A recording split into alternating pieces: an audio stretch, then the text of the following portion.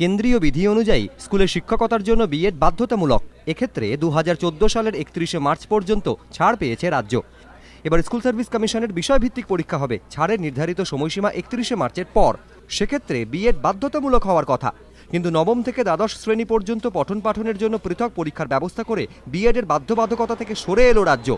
Commission জানিয়েছে, আগামী দিনে এসএসসির বিষয়ভিত্তিক পরীক্ষায় আর বিএড বাধ্যতামূলক নয়।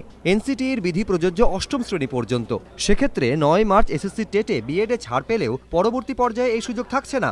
সেক্ষেত্রে নিজস্ব বিধি বলে রাজ্য বিষয়ভিত্তিক পরীক্ষায় বিএডকে ছাড় দিলেও কেন্দ্রীয় বিধির আওতায় টেটে বিএড বাধ্যতামূলক করছে।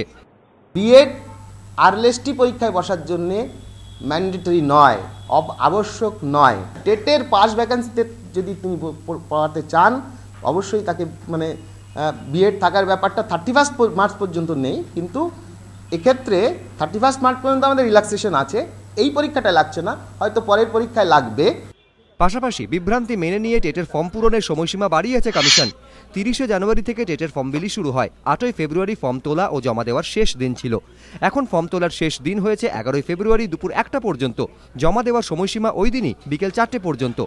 যদিও টেট নিয়ে বিভ্রান্তির শেষ নেই। এসএসসি টেটে বসার ন্যূনতম যোগ্যতা স্নাতক ও স্নাতকোত্তরে 50% নম্বর, কিন্তু অনার্সে স্নাতকের ক্ষেত্রে 50% নম্বরের ভিত্তিতে টেটে বসা যাবে কি? এই প্রশ্নে অবশ্য ধোঁয়াশা কাটেনি।